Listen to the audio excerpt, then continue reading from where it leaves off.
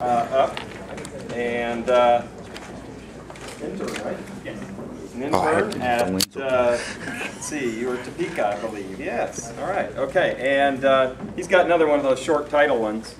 I teach him well. And you taught, yeah. So we'll have George Akron in this one for us.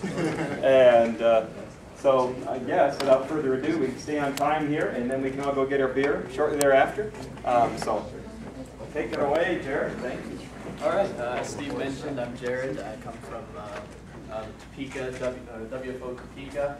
First, before I really get into this, I want to acknowledge James Matthews, who actually started the work, and I've kind of leapfrogged off of his initial work on this case, so I wanted to make sure he got in here as well.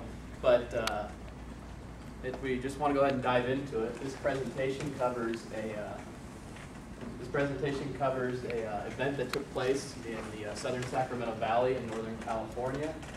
During this event, confirmed 3 tornadoes dropped in and around the Sacramento metropolitan area, causing anywhere from $500,000 to $1 million worth of damage. All 3 tornadoes were rated EF0. The extent of the damage was mostly to individual houses, just roofs and some fences knocked down. So they weren't significant tornadoes by any stretch of the imagination, and fortunately nobody was hurt. But unfortunately, radar signatures are not very clear-cut on this case. And one of the reasons that I chose this case was, 1, it was very challenging to look at. 2, I also wanted to bring an element of uniqueness to the conference, but at the same time make it somewhat relevant to the area. So. We're going to look at some radar images, and then we'll also look at some photographic evidence, which, again, is not clear-cut, but gives us hints to what's going on that day. We'll also look into some mesoscale parameters, which would, again, give us some hints as to what's going on. A little bit of methodology first before we really get into it. Our storms in the Sacramento area were fairly shallow.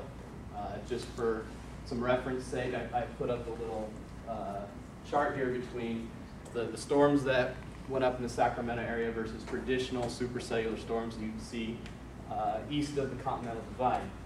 And the reason I put this up here is mainly to highlight the fact that in this case, we're going to use a 0 to 3 kilometer mean wind rather than 0 to 6. And as you can see by most of those comparisons, we're talking about storms that are half, if not a little bit less than half as tall as traditional storms would be, traditional supercells in the plains. So we'll keep that in mind as we go through the case. A little bit about tornado climatology in California. Warren Blyer and Karen Batten identified 4 subregions within the state that have an enhanced risk for tornadic activity. Now, this isn't to be confused with California tornadoes being non-rare compared to the rest of the country. California tornadoes are extremely rare compared to, again, areas east of the Rockies. But within these 4 areas, tornadic potential is a little bit higher. And I went ahead and highlighted an area where the Sacramento Valley is. It's actually one valley, but they decided to name it San Joaquin Valley in the south and Sacramento Valley in the north. So the Sacramento Valley is in an area of enhanced tornadic potential, so the case isn't completely outlandish.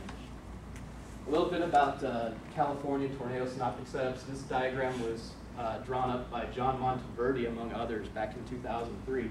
And it's just a nice, easy schematic to look at to see what the typical tornadic synoptic setup looks like. And the most obvious feature we have there is 300 millibar jet streak coming on shore somewhere along the central to southern California coast. We can also see that there's a cold front that's already moved through the area. In our case, it's barely moved through the area, and we'll get into that a little bit later. But we have a cold front that's moved through the area, and what that allows is slightly drier air to come in behind it. Diabatic heating processes, along with the cool air with ample moisture, by the way, allows pretty steep low-level lapse rates. Another noteworthy item to talk about here is that the case actually does match up pretty well with the 500 millibar closed-off lows that John Davies has documented so well.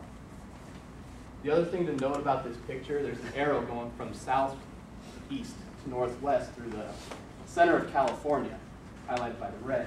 And what that indicates is the topographic channeling of that valley of the synoptic winds coming on shore.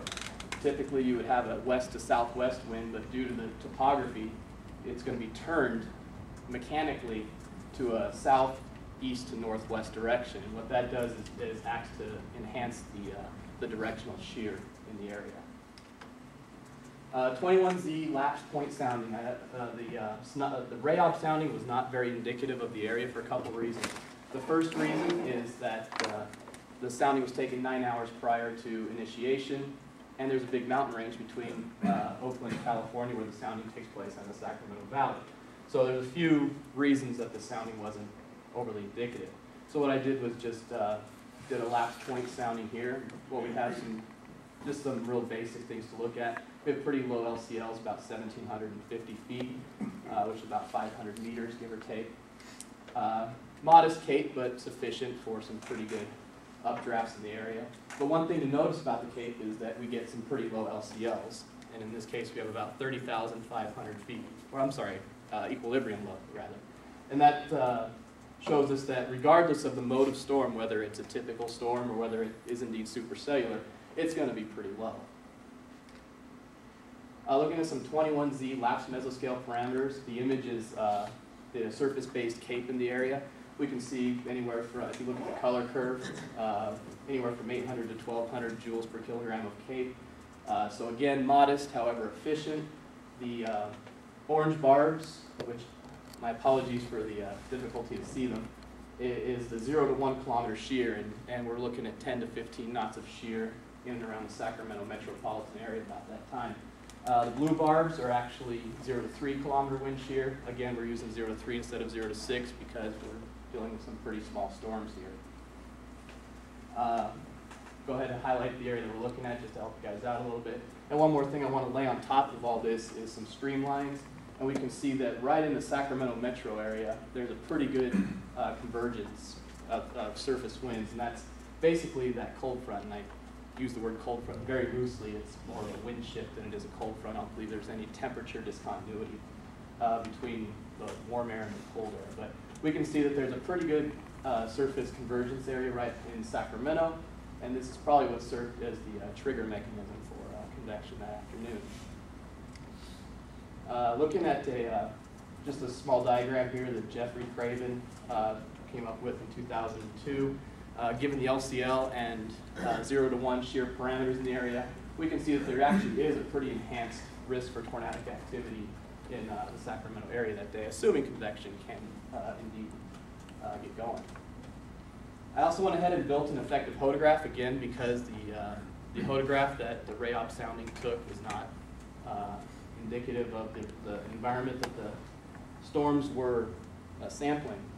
So what I ended up doing was using the bad wind profile data from KDAX radar, which is in Davis, California, which very conveniently is within 5 miles of where the storm was actually initiated. I went ahead and employed Matthew Bunker's Excel hodograph program to build the hodograph. And a couple things to highlight on here, and I apologize for the laser pointer, but we're using our V3, which is again our 0 to 3 mean wind, instead of V6, which would be our 0 to 6. One thing to note about that is our V obs is slightly to the right of that V3, although not quite as right as the VRM, which would be the predicted supercell motion from Bunker's program. It is also noteworthy that the V obs lies on that orthogonal line through the 0 to 3 vector with those left and right moving predictions. So we'll go to a radar loop. We'll go ahead and get dirty with it now. We've got a radar loop here, and two things to really note are two updrafts that both start in and around the Sacramento metro area, and that's around here. There's a lot of noise. Again, this is before super res, so again, we're not going to see great radar signatures. But what happened on this day, we had the eastern updraft.